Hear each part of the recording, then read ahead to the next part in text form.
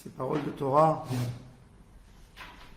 soient les Nishmat, Arlet Baya Bat Rachel, que le shiur a été instauré à sa mémoire, les Nishmat, Shlomo Ben Rivka, et pour la guérison rapide de Moshe Ben Rivka, Eliyahu Hananem Ben Ruth Mesodi.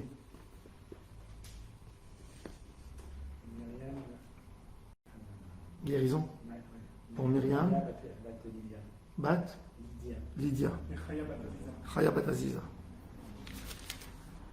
La semaine dernière, nous avons fait Modim, nous avons expliqué c'est quoi remercier Hashem Yitbarach sur les miracles qu'il nous a fait. Je vais ouvrir une petite parenthèse sur le texte de Halanissim. Le Halanissim, comme c'est un remerciement à Hashem, nos sages qui ont vécu bien après l'époque de Ezra, 200 ans après Ezra, après que le Sidour a été formé, il y a eu la victoire énorme, la victoire écrasante des Maccabies contre les Grecs. Ils ont gagné la bataille et le peuple d'Israël a gagné une indépendance de 200 ans, jusqu'à la destruction du second temple. Pour célébrer cette indépendance et remercier Hachem sur cette victoire énorme que Dieu a prouvée de nouveau au monde entier, comment des personnes peu nombreuses peuvent gagner une armée énorme comme celle des Grecs. Tout simplement au nom d'Akadosh Baruch Hu. Alors, on célèbre Hanouka, le miracle, comment la Torah tout simplement, la Torah, la spiritualité a gagné le matérialisme. Comment le peuple d'Israël qui était presque assimilé a réallumé la flamme de la Torah dans le peuple. Halanissim va là pour Cannes, puisqu'on rentre bientôt. Hanouka, c'est pas si loin que ça. Halanissim va là pour Cannes, les miracles, la délivrance, la Gvoura, c'est les forces que Hachem a exprimées dans cette victoire, délivrance spéciale particulière avec Am Israël, des miracles exceptionnels. Et Akadosh Baruch Hu a consolé, s'est réconcilié avec son peuple. Chez Asita la Avotenu, Bayami Mahem, Baymanazé.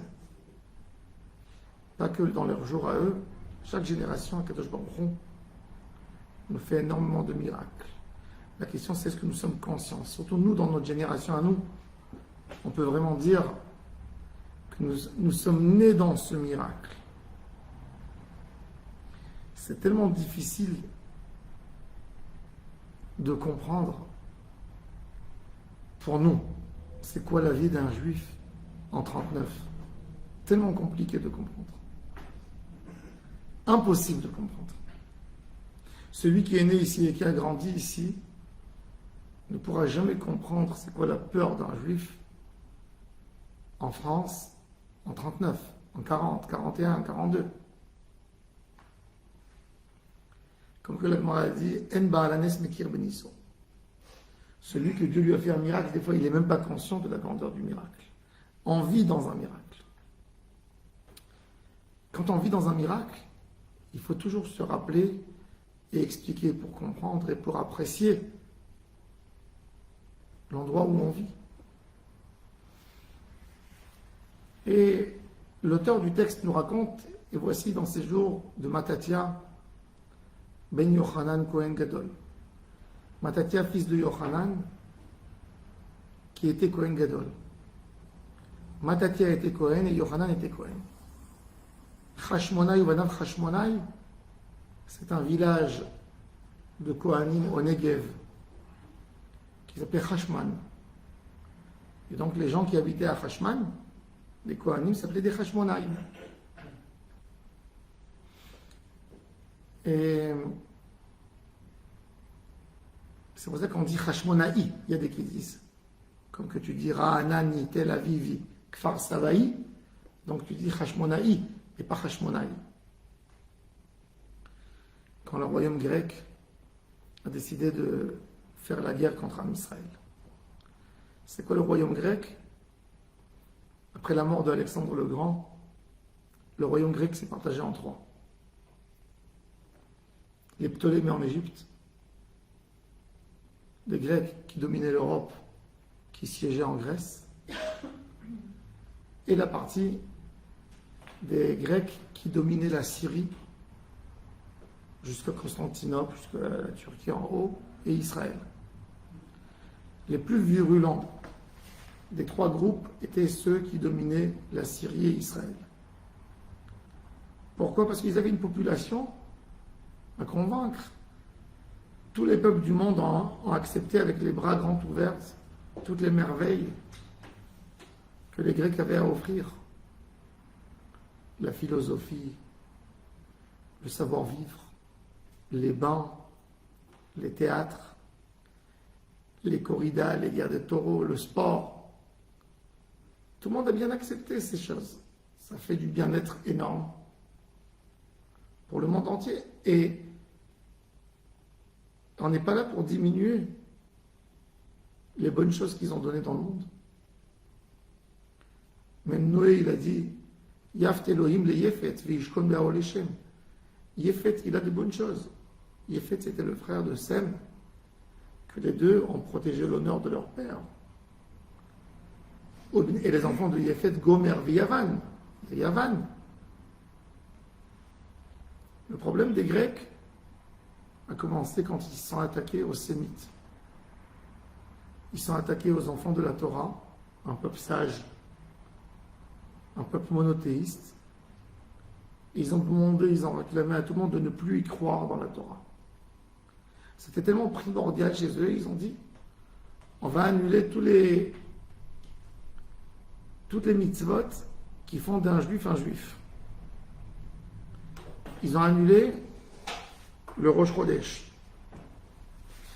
Donc d'ici, les juifs n'auront pas de Rosh Chodesh, ne vont pas fixer le mois à Jérusalem, donc les fêtes vont décaler, ça sera qu'un folklore. Du moment où une fête n'a pas d'importance, quand tu la fêtes, ça devient du folklore.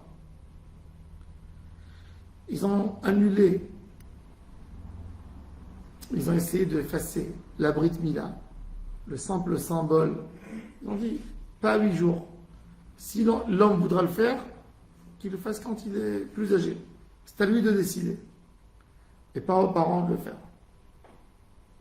Ils ont annulé le Shabbat, les interdits du Shabbat. Ils ont dit, un juif qui n'ouvrira pas son magasin, on va le tuer. Et le bain rituel pour les femmes. Il y avait des endroits qui étaient des plus grands extrémistes, dont le maire de la région où vivaient les enfants de Yohanan, Modine. Il a instauré dans son village le droit de cuissage, que Dieu nous en préserve. Et la sœur de Yehuda Maccabi devait se marier.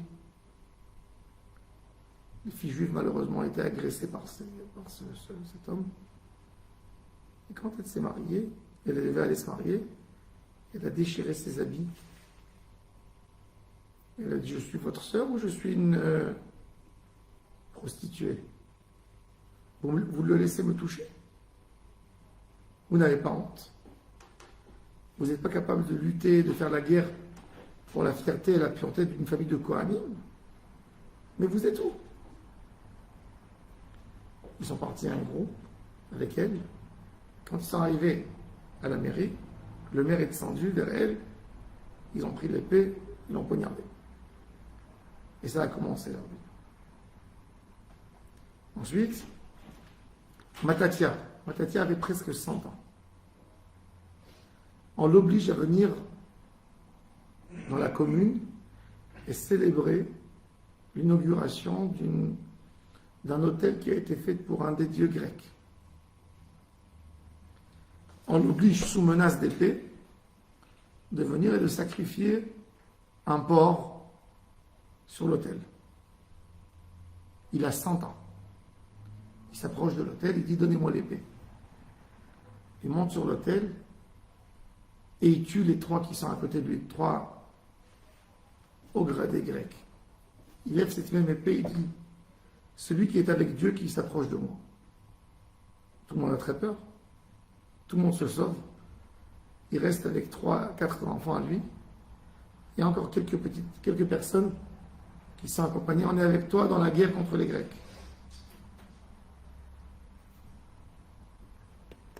Il faut savoir qu'à l'époque, la majorité du peuple juif est déjà assimilé.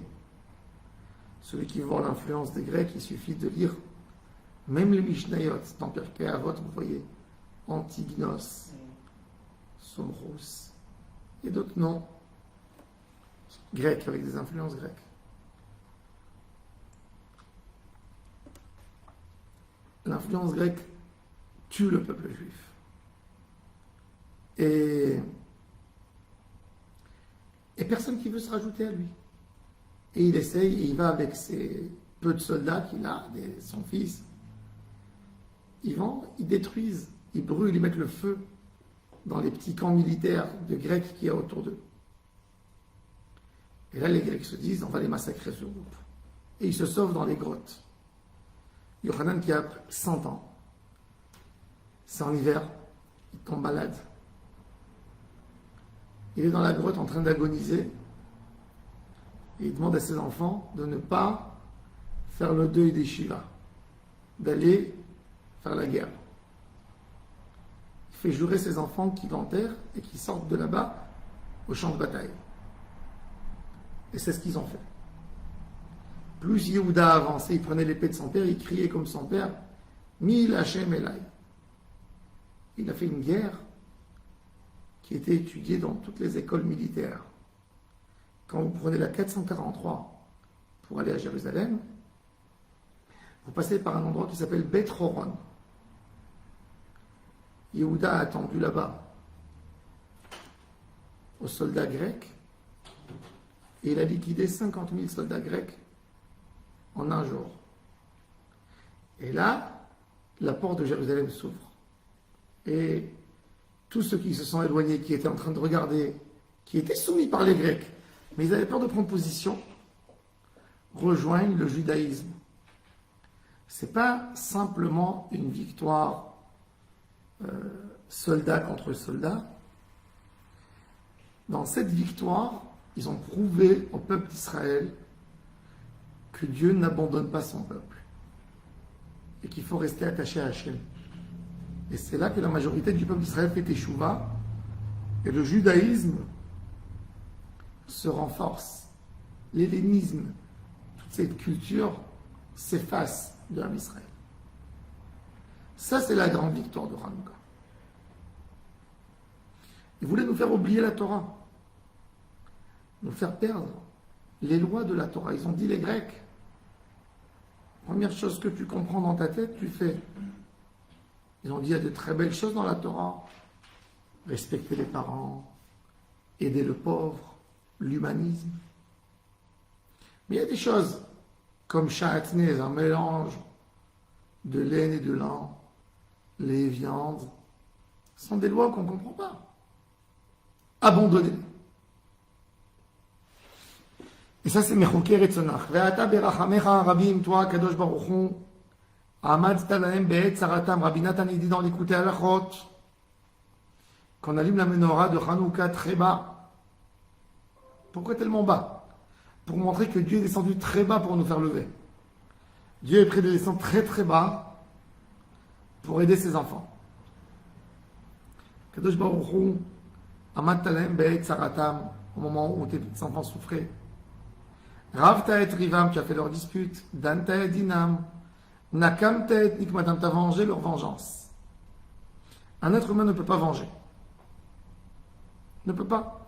C'est pour ça que chez les Juifs, toujours, Quand il y a quelqu'un qui est mort par des ennemis du peuple d'Israël, on écrit après Zichrono Livracha, on écrit He, Yud, Dalet, Hashem, Inkom, Damo. Que Dieu venge son sang. C'est que Dieu qui peut venger. La vengeance est une sorte de justice. Tu as fait, tu prends ce que tu as fait.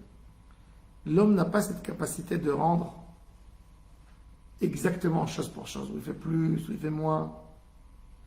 Et Akadosh Baruch Hu a la capacité de venger ce qu'il faut.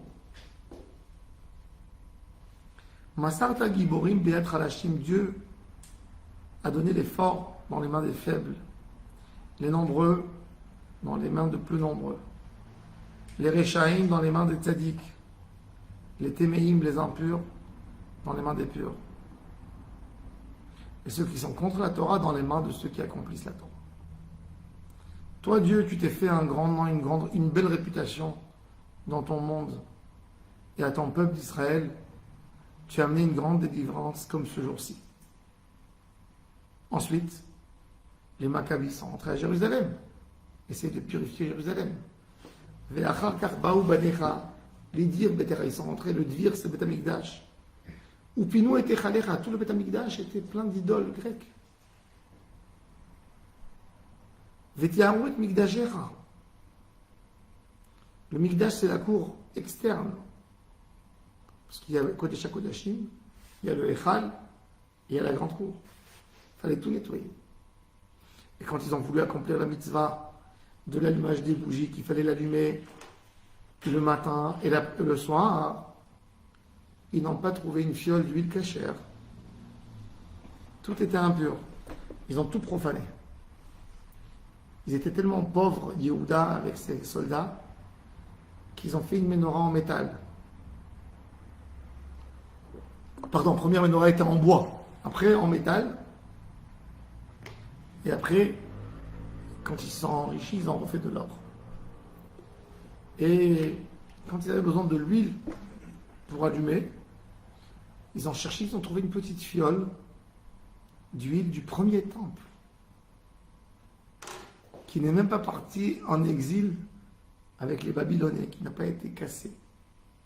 Il y avait le tampon en cire du Kohen Gadol qui a écrit, parce que le Kohen Gadol fermé avec un tampon de cire les fioles d'huile, et c'était écrit cachère pure. Et ils ont trouvé, et c'était une quantité suffisante pour une journée, ce qui représente un demi-litre d'huile.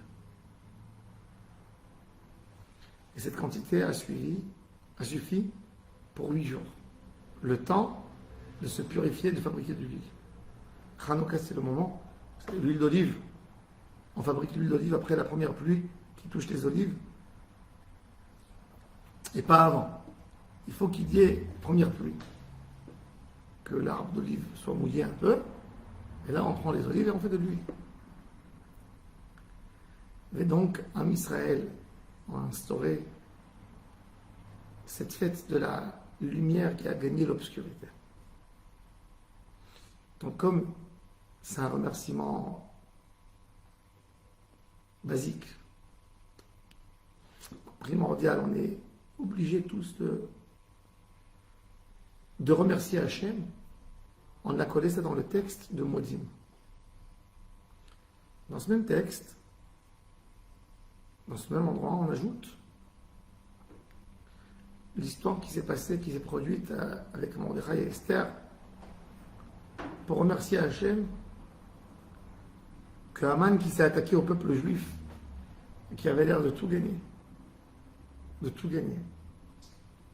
quand on a vu les victoires de Haman, qu'est-ce qu'il a réussi à pouvoir obtenir? C'est comme les nazis. Et tout d'un coup, Akadosh Baruch Hu qui renverse. Et tout change. Et d'une nuit, d'un rêve de Achashverosh, Haman va rejoindre le poteau pour être pendu. Donc, on remercie Hachem Yitbarach sur tout ça.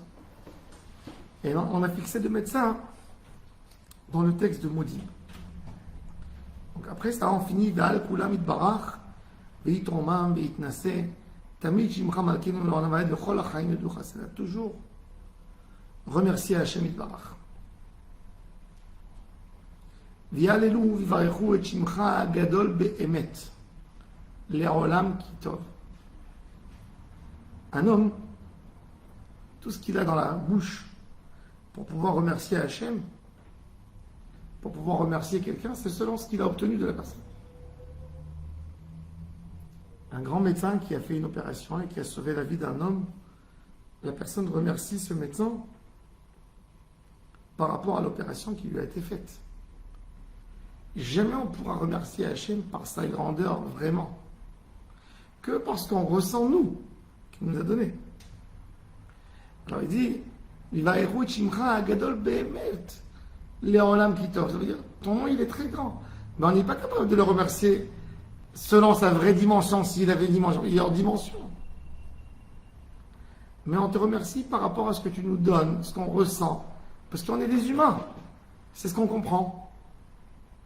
Aïl Sheven nous a-t-il Sela Aïl Atov Baruch Ata Hashem, Atov Shimcha, ou Lecha Na'el Odot, que ton nom, c'est le nom d'Hachem, c'est une manière que Hachem dévoile son nom pour sauver ses enfants. Et à toi, c'était toi qu'il faut remercier. Et là, on a fini le texte, en fait, de Modim. Modim, il a commencé par Birkat HaOda'a, Modim Anachlach. La fin du Modim, c'est Atov Shimcha, ou Lecha Na'el Odot, c'est la liaison. Ça s'appelle Birkat HaOda'a. Là, quand on est dans la Chazara, on fait le texte des Kohanim, la Birkat Kohanim. La Birkat Kohanim, elle est mentionnée tous les jours, tous les matins. On dit dans Birkat HaShachar. On fait la Birkat HaTorah et on veut tout de suite étudier 3 versets de Torah. Quoi de plus facile que de faire Birkat Kohanim? Ce sont 3 versets. Et c'est en même temps des bénédictions pour celui qui lit. Mais là, on veut que c'est les Kohanim qui nous font cette beracha. Le Kohen, c'est un transmetteur de bracha. Akadosh Baruch Hu a décidé de donner la bracha par les Kohanim aux enfants d'Israël. Pourquoi par les Kohanim? C'est les seuls qui n'ont jamais abandonné Hashem Yitbarach, même dans l'épreuve du veau d'or. Les seuls. Un jour, le Chafetz Chaim, il a dit à quelqu'un, pourquoi je suis Kohen et toi tu n'es pas Kohen? La réponse est simple. Parce que mon père est Kohen et votre papa. Mon père n'est pas Kohen et votre papa est Kohen. Il dit, ok, je comprends. Mais pourquoi ton père n'est pas Kohen et mon père est Kohen? Il dit, Rav, mon père n'est pas Kohen parce que son papa n'était pas Kohen, et votre papa est Kohen parce que son papa était Kohen. T'as pas compris. Ton grand-père, pourquoi il est... Il dit, mon aïeul était prêt de consacrer sa vie pour Hachem quand il n'a pas fait le veau d'or. Et ton aïeul a cédé à la Avodah Zarah, il a servi. Il s'est prosterné au veau d'or. C'est pour ça que je suis Kohen et toi tu n'es pas Kohen. Quand un juif se donne à Hachem, pour toutes les générations, il peut amener une bracha. Il croit à court terme qu'il perd quelque chose. Il ne perd rien du tout. Absolument, il gagne. Toute la bracha de Ham Israël passerait par le Kohen. Les Kohanim, quand ils ont fait la guerre, Moshe Rabbeinu leur a dit, allez punir celui qui a fait le veau d'or. Donc quelque part, ils auraient pu avoir une haine du peuple par rapport à eux. Ils ont tué le frère de mon grand-père, ils ont tué mon cousin, ils ont tué mon ami proche. Et Hachem, il a dit, non, les Kohanim, c'est des hommes sincères. C'est eux qui vont vous donner la bracha. Elle est dans leurs mains. Cette bracha, elle est extraordinaire. Le Chafetz Chaim disait, il y a des gens, ils vont chez des tzaddik, je ne suis pas contre. Ils font un voyage à un tzaddik 3 heures pour recevoir une bracha. pour son fils. Le matin, tu lui dis où tu pries à la maison. Tu veux pas une bracha du Kohen d'Akadosh Baruch Hu à la synagogue, directement offerte sur un plateau en argent. Mets-toi devant le Kohen, demande ce que tu veux. La Shekhinah, elle est sur les mains des Kohanim, comme une antenne qui tire, qui donne. C'est pour ça que, à l'époque, au temple, les Kohanim faisaient la Birkat Kohanim avec les mains découvertes. Et comme la Shekhinah était sur leurs mains, les enfants qui voyaient ça développer une maladie des yeux, ils perdaient la vue. De là vient la coutume, chez les juifs tunisiens et les juifs marocains, de couvrir les enfants pendant la Birkat Kohanim. C'est pas pour bénir les enfants, c'est le Kohen qui bénit.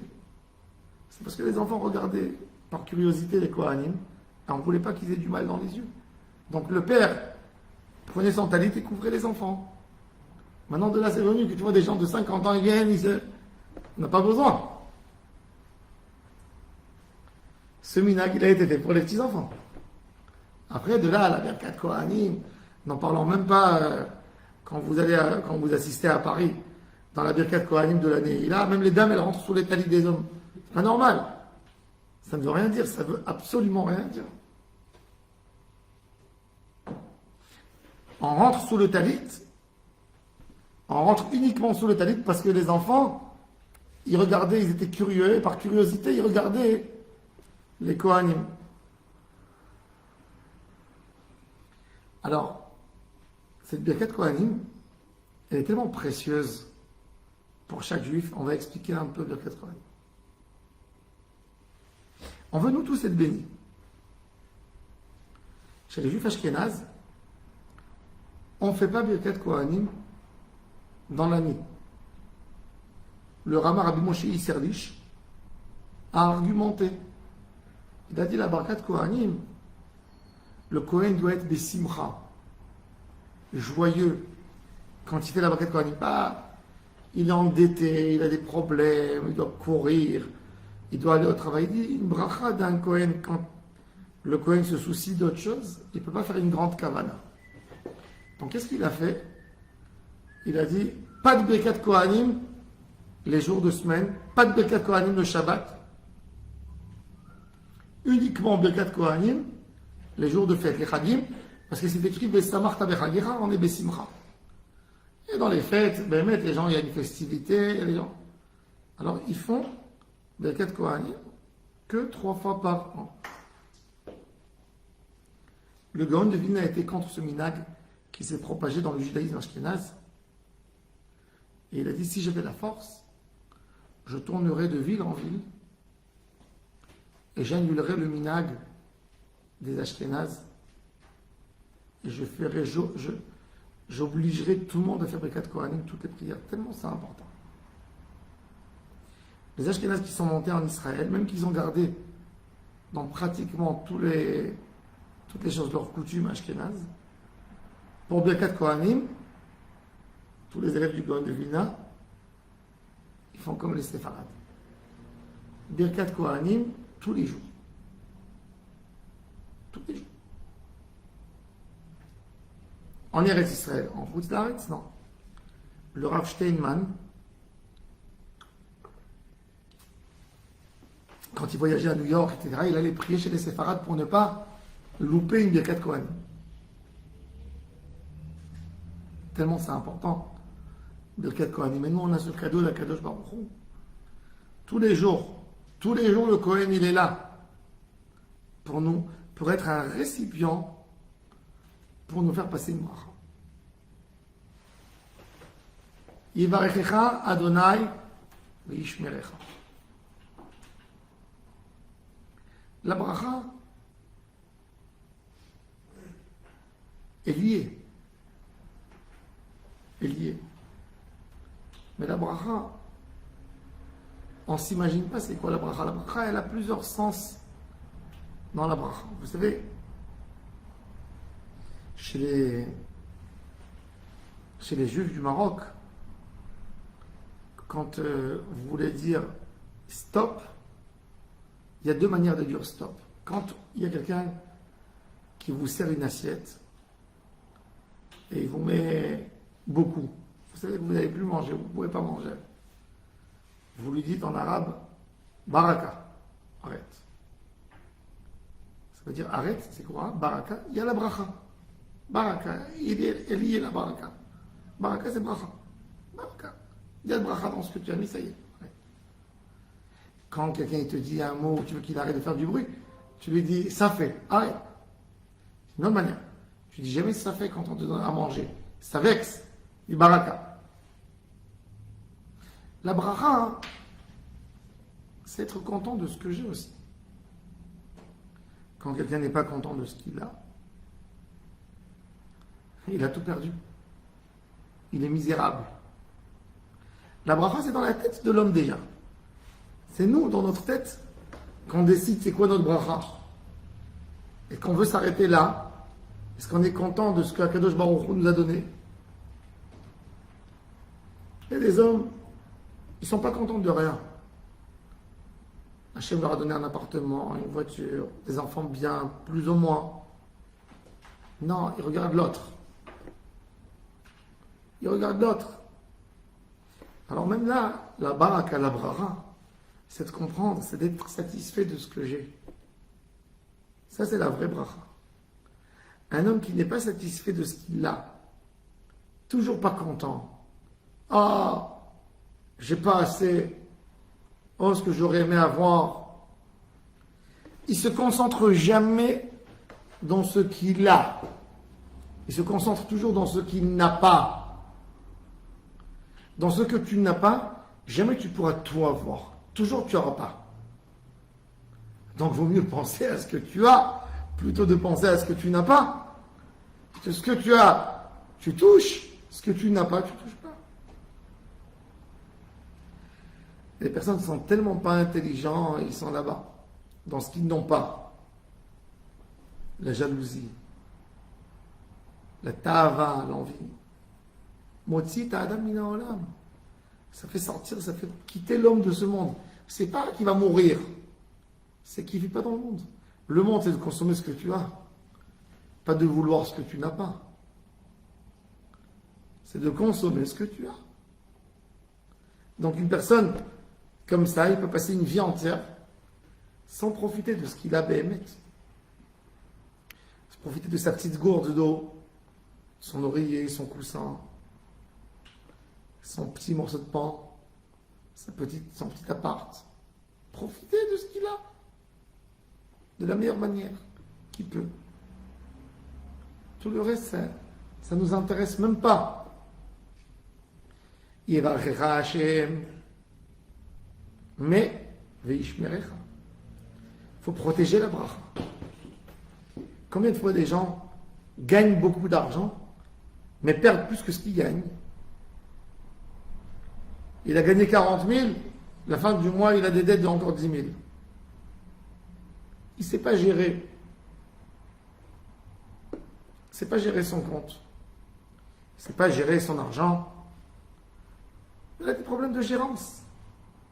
Tout ce que tu lui donnes, dans un trou. Il est toujours à la fin du mois, arrive la fin du mois, il a reçu. De quoi vivre bien. À la fin du mois, il est dans un déficit. Comment tu es arrivé à un déficit? Je ne sais pas, moi-même je ne sais pas. Qu'est-ce que ça veut dire que tu ne sais pas?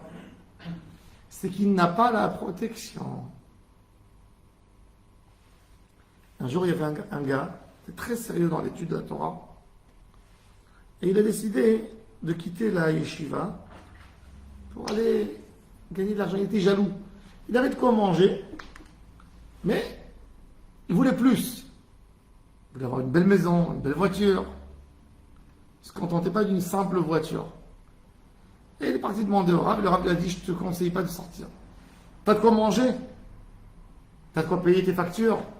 Oui, mais ma femme, il est temps, on veut plus. On ne peut pas rester comme ça tout le temps. On ne mange pas que de la manne. Le Rav a essayé d'expliquer. Il voyait qu'il parle, mais ça ne rentre pas dans les bonnes oreilles. Alors le Rav lui a dit, ok. Non. 3 mois plus tard, le Rav rencontre son élève. Alors mon fils, comment vas-tu? Ça va, Baruch Hashem, Rav. Regarde quelle chance. Regarde quelle chance. Que je t'ai pas écouté, que je reste au collège. Je suis parti travailler. Eh bien, figure-toi que mon fils, il s'est cassé toute la partie haute des dents. Il fallait lui faire tout un système qui m'a coûté une fortune. Si j'étais au collège, comment j'aurais payé ça? Mon fils, ça lui aurait fait un handicap. Et je vais te dire aussi que la semaine dernière, ma voiture, tout a sauté, le moteur. J'aurais même pas d'argent pour l'amener au garage. Et le Rav lui a dit, il serait resté étudier la Torah. Ton fils n'aurait pas eu de problème dans les dents. Ta voiture ne serait pas abîmée. Et toi, tu crois, ah, j'ai eu de l'argent, j'ai eu une bracha. Tu as eu la bracha, mais tu n'as pas eu Veishmerecha. Hachem ne t'a pas gardé. Un tzaddik, qu'Akadosh Baruch Hu a dit sur lui, que jamais dans sa vie, il aura une fuite d'eau à la maison. Jamais il aura un problème de dégâts dans la maison. Jamais il aura un dégât dans sa voiture, celui-là. Jamais, rien. Hachem, il le garde. Il a une bracha. La Gemara raconte sur Rabbi Hanina ben Dosa. Rabbi Hanina, il avait des chèvres. Et Rabbi Hanina, il allait étudier au lieu de prendre ses chèvres pour les faire paître dehors, faire brouter dans les montagnes. Il allait étudier. Comment tu as dit, tu fais confiance totale. Et bien lui, il faisait confiance totale à ses chèvres. Bon. Un jour, il marche dans la rue, il voit un groupe de personnes.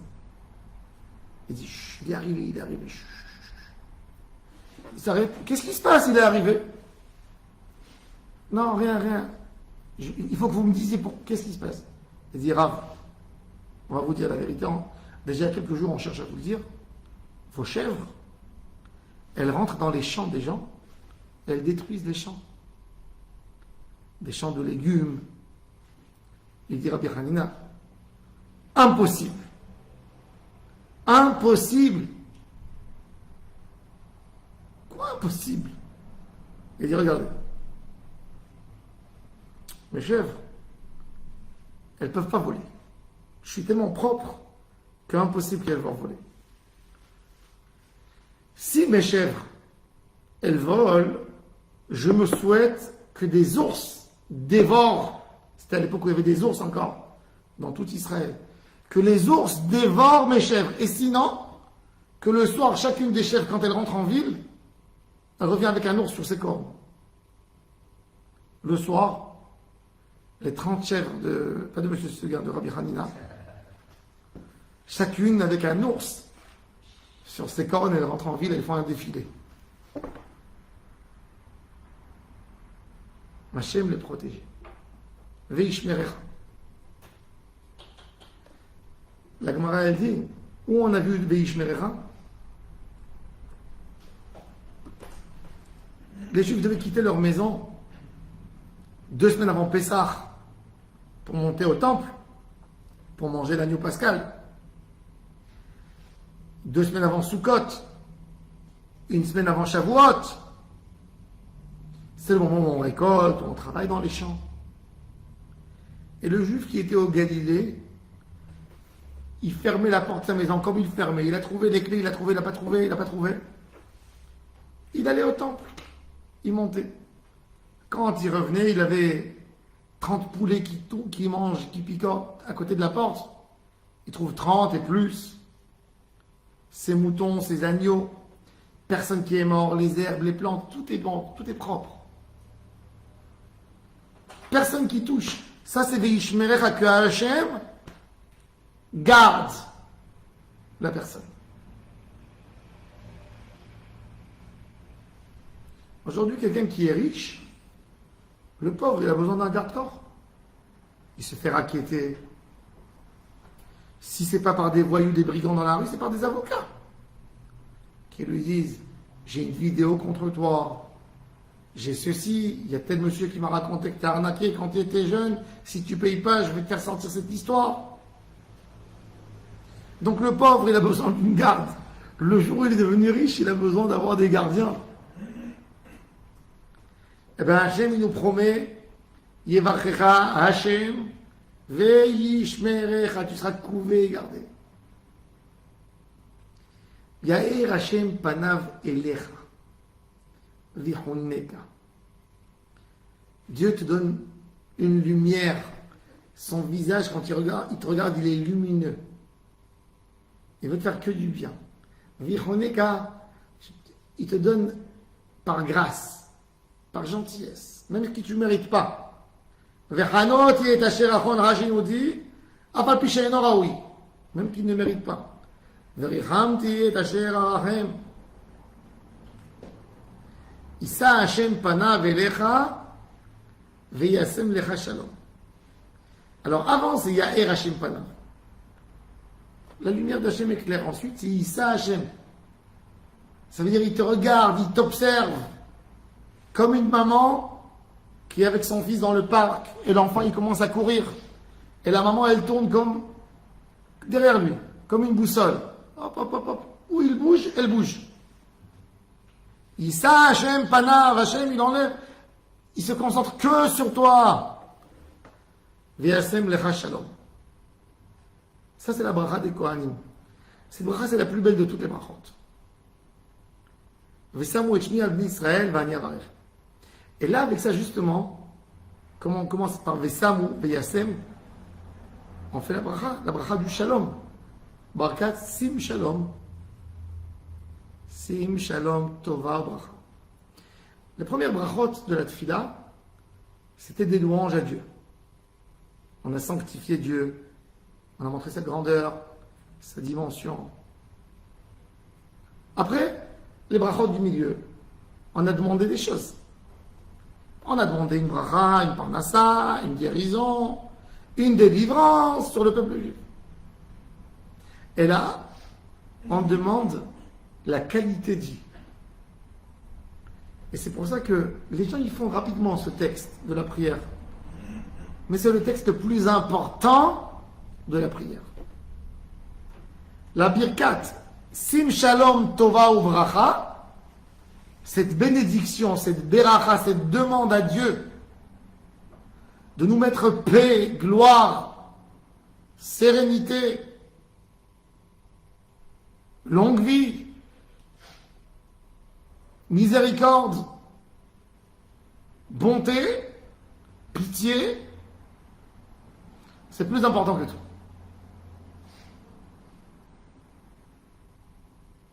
Regardez un exemple simple.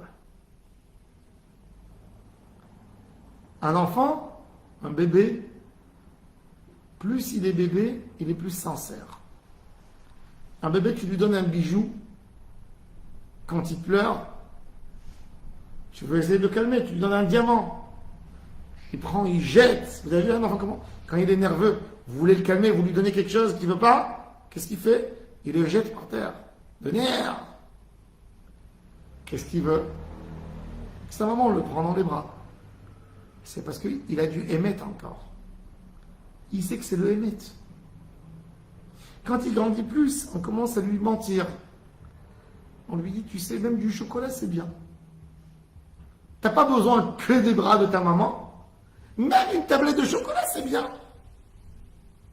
Quand il grandit un peu plus, on lui dit, c'est même pas la peine de te donner du chocolat. Tu peux aller au frigidaire, le prendre tout seul.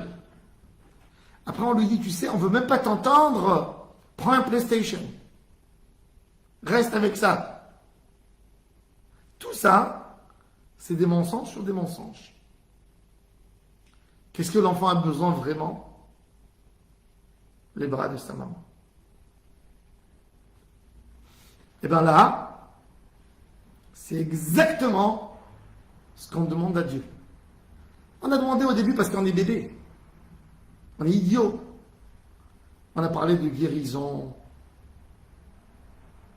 de nourriture, de facilité pour avoir de l'argent. Et là, on parle de la vraie vie, de ce qu'on a vraiment besoin. Pitié, miséricorde, sérénité, amour. C'est de ça ce qu'on a besoin vraiment. C'est ça ce qui fait de notre vie une vie de qualité.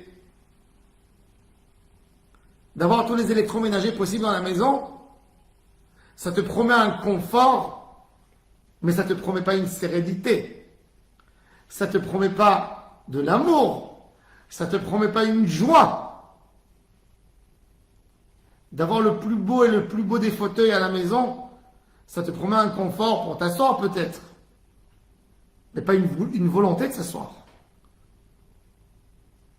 Si tu t'assois, c'est confortable. Mais si tout n'est tellement pas agréable à la maison, j'ai même pas envie de rentrer à la maison. J'ai envie de rester dehors. Vous connaissez les hommes que le soir, avant de rentrer à la maison, ils traînent avec leurs copains. Viens, on va prendre un café. Allez, viens. Ça te dit pas de venir avec moi manger un petit truc? Mais l'autre, l'ami, il est bien avec sa femme, tout va bien. Il dit, Baba, mais il est déjà 9h du soir, qu'est-ce que tu fais dehors? Non, encore une petite heure, allez, une petite bière. Parce que le pauvre monsieur, il ne peut pas rentrer à la maison. Quand il rentre à la maison, il sait qu'il enfer l'attend à la maison. Il veut partir. Et quand tu rentres chez lui à la maison, tu dis, franchement, je ne le comprends pas. Une si belle maison, il est toute la journée dehors. Oui, monsieur, il est dehors. Parce qu'il n'a pas de sérénité à la maison. Alors, ça ne veut rien dire. Toute ta vie, tu as perdu ta famille parce que tu voulais encore un peu plus d'argent. Pour traîner encore une heure pour avoir un peu plus d'argent sur ta fiche de paye. Et en fin de compte, tu as perdu ta femme, tes enfants, ta joie de vivre. C'est pour ça qu'on finit avec ces brachot. Pour te dire, ne crois pas que parce que tu as demandé à Hachem Barech Aleinu, tout va bien. Ne pense pas que parce que tu as demandé une délivrance, tout va bien. Si tu n'amènes pas la sérénité et la lumière, ça ne vaut rien, pratique absolument rien. Vous avez vu malheureusement dans certains pays, dans le printemps arabe, ils ont demandé les pauvres une indépendance. Ils ont lutté, il y a eu des morts. Les gens sont sortis dans les rues pour avoir une vie un peu plus juste. Une vie où il y a du respect aux citoyens. Et ils ont obtenu l'indépendance. Le chef s'est sauvé, a été puni, a été mis en prison. Point. Qu'est-ce qu'ils ont fait avec? Aujourd'hui, leur situation est plus grave. Pourquoi? Parce qu'il ne suffit pas d'avoir quelque chose dans la main, il faut lui donner des outils.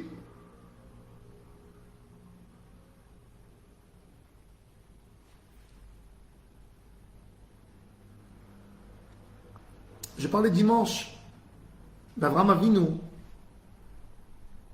Quand les 3 anges qui sont cachés, qui sont déguisés à des bédouins, sont venus chez lui à la maison, il les a honorés, ce qu'il les a respectés. Avant tout, qu'est-ce qu'il leur a dit? Mettez-vous à l'ombre sous l'arbre. Avant tout. Pour nous dire, avant chaque mitzvah que tu fais, regarde ton entourage, crée de l'ambiance, crée de l'ombre, de créer une harmonie dans l'endroit où je vais vivre. Des fois, un homme rentre au travail, au bureau. Ils sont 5, 6 au bureau. À un, il fait la tête. Avec un, il est fâché. Avec un, il fait de la concurrence. Et puis les autres ne l'intéressent pas. Il s'assoit dans une chambre où il y a 6 personnes et il n'y a personne qui sympathise l'autre. Un enfer pour les 6. De se retrouver entre 4 murs avec des gens que tu n'aimes pas. Un homme, il ne veut pas gérer son caractère de critique et il rentre à la maison, il critique. Il est obligé de critiquer. Du coup, son fils se dispute avec lui. Il ne se sent pas à l'aise de rentrer à la maison. Il a des problèmes de shalom bayit parce qu'il ne sait pas garder sa bouche. Il ne sait pas se maîtriser. Alors c'est l'enfer chaque fois qu'il rentre à la maison. Abraham Avinu, il te dit avant chaque mitzvah, essaye de regarder, de mettre la bonne ambiance, l'ombre. S'il aurait servi aux anges la viande qu'il a fait, les gâteaux qu'il a fait, que sa femme a fait, sous le soleil, ça vaut quoi? Ça vaut rien. Va servir à quelqu'un au zénith un super bon plat, mais sous un soleil qui tape tellement fort, on peut même pas manger. Mais la nourriture est très très bonne et très appréciée. Oui, mais la personne ne sent plus rien de la chaleur qu'il a. Donne à la personne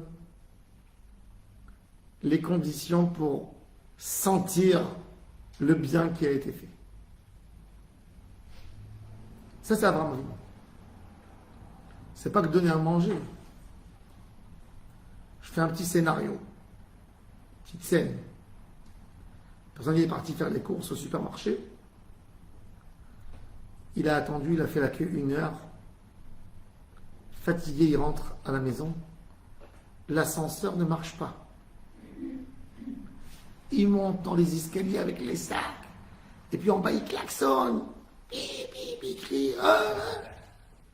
Et puis il y a son fils qui fait sortir la tête. Ah, papa, je me douche maintenant. Et il rentre avec tous ses sacs à la maison. Et puis les enfants, ils ont vu les sacs. Ah, qu'est-ce que t'as acheté? Ne touchez pas, vous m'avez même pas aidé. Qu'est-ce qu'il a fait? Il a créé une distance. Arrête tout ce que tu as fait. Tu as voulu faire plaisir à tes enfants. Tu as voulu leur donner. Mais tu as tout perdu avec les mots que tu as dit. Tout. Tu as tout perdu de A à Z. Je te comprends que tu es fatigué. Je te comprends que tu es nerveux. Rentre à la maison. Mes enfants, venez voir. Vous allez kiffer. Je vous ai gâtés. Les enfants, ils arrivent. Papa, il vous aime. Hein? Même que papa a dû faire monter tout dans les escaliers seul. Il vous adore, papa. Ça, c'est 1000 fois mieux que de crier et que d'hurler. Parce que l'enfant a compris. L'enfant a honte. Mais là, quand tu as crié, l'enfant se justifie.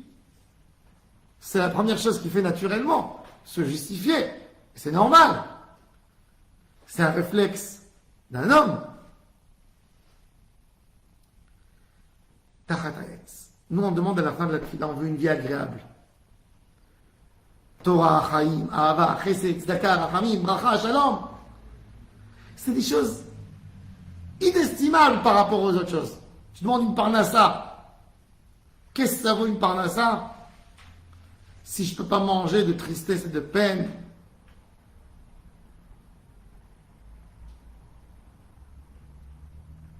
Je suis parti hier consoler une femme qui a perdu son mari. Ça choque, ça bouleverse. J'entends la femme qui pleure, qui dit « Pourquoi il ne m'a pas pris avec lui ?» Tu vois une dame dans une belle maison, mais elle veut rien. Elle aurait voulu partir. Elle n'est pas bien là. Qui c'est qui donne le vrai confort à la maison? C'est la bonne ambiance qu'on met. Et ça, c'est bracha, ça n'a pas de prix. C'est sur ça qu'il faut mettre toute la kavana de la prière.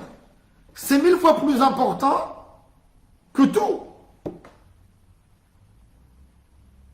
Le shalom, c'est le récipient avec lequel je peux tout garder dedans. Il n'y a rien qui me tombe des mains. C'est Abraham. Et ça, c'est une demande à Akadosh Baruch Hu de nous aider et une volonté profonde d'investir dans l'ambiance que je mets à la maison. Quelle est l'ambiance? D'avoir une atmosphère de simcha à la maison. Ça, c'est le sim shalom tova ou bracha chaim chaim bachir. Dieu, donne-moi une sérénité, que je sois serein. Combien un homme est prêt de mettre pour être serein, serein? pour avoir l'esprit tranquille. Mais ça dépend de nous aussi, c'est un travail, mais pas beaucoup. 2 escaliers avant de rentrer chez toi, avant de te mettre sur le palier, de taper à la porte. Arrange-toi, arrête-toi 1 minute. Dis, je rentre à la maison avec un sourire. Ton fils, il ouvre la porte. Bonjour, mon chéri, comment tu vas? Et tu rentres avec un gentil mot. Tu ne regardes pas directement ce qui n'est pas encore arrangé dans la maison. Ah, je suis sorti ce matin, c'est encore là? Non. Il y aura un moment pour le dire, peut-être c'est pas la peine de dire. C'est comme ça qu'on acquérit la sérénité. C'est comme ça que notre foyer il devient un foyer plein de joie, où tout le monde languit papa, où tout le monde veut qu'il vienne. Et pas que les enfants ils sont contents, ouais, il est sorti de la maison. Non. Ça c'est la bracha de tout. Mais la semaine prochaine, on finira la Hamida avec ce Sim Shalom Tova Bracha, la bracha du Shalom, qui amène avec lui tout le bonheur dans la maison. Baruch Adonai Leolam. Amen. Amen.